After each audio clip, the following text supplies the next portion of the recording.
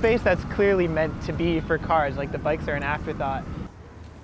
Bikers in Boston know all too well of the risks they take when navigating the streets. Avid rider Jonathan Bakdayan typically commutes from his apartment to school, but sometimes his travel is disrupted by the cars he shares the road with.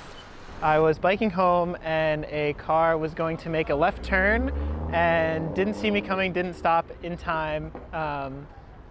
And so there was a little collision between me, my bike, and the front bumper of this car. Jonathan isn't alone. Student reporter Grace Gilson no longer commutes with her bike following an accident she experienced over the summer. I was on the bike bus lane on Huntington Avenue, which usually gives me kind of a sense of security, but unfortunately a car was using the bike bus lane to make a right-hand turn and they didn't see me in it, so he collided into me with his right front bumper, and I was knocked off of my bike and the bike kind of flew over me, and I ended up hitting my head pretty hard.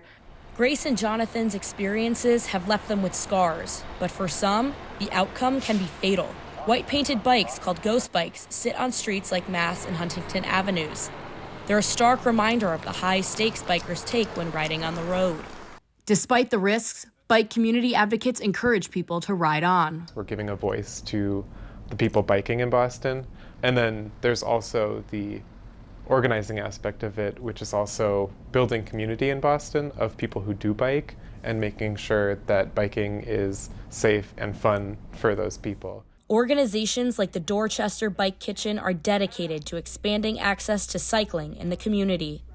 But the repair space doesn't sit in the safest of places when it comes to biking. Say Dorchester has been pretty significantly neglected, which is unfortunate because it's one of the biggest neighborhoods in the city.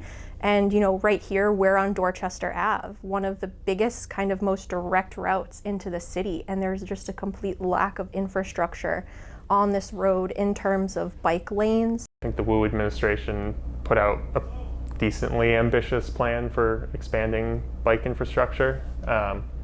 But again, it's a mixed bag because that plan didn't touch Dorchester. Mayor Michelle Wu announced in 2022 that the city would add 9.4 miles of bike lanes, but some places aren't being touched by this plan.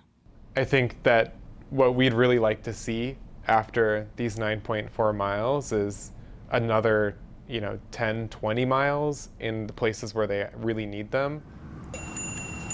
We sent student reporter Noelia Arteaga out onto the streets of Roxbury to see firsthand what it's like riding on roads without critical bike infrastructure.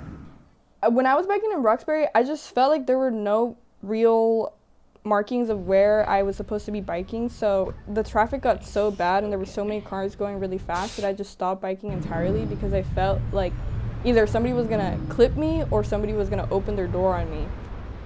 It's really important to take the experience of people who are biking around the city and help spread that around to folks who are very new to biking. The bike mayor of Boston, Vivian, bikes around Dorchester a lot. Vivian was super helpful in providing a lot of the streets that are very safe. I try to remind folks about the joy that you can have in biking, but the safety issues are real. There is no infrastructure in those communities, so it's not so easy just to say, get on a blue bike and do it. We still have a lot of work to do in those communities. In the meantime, cyclists are hopeful for more investment on the horizon to build a better future for biking in Boston. It's the mode of the past because it was before the car, but it's also the mode of the future. And I really hope that transportation officials in the city recognize that and start to dedicate more space to them. But there's not enough of it.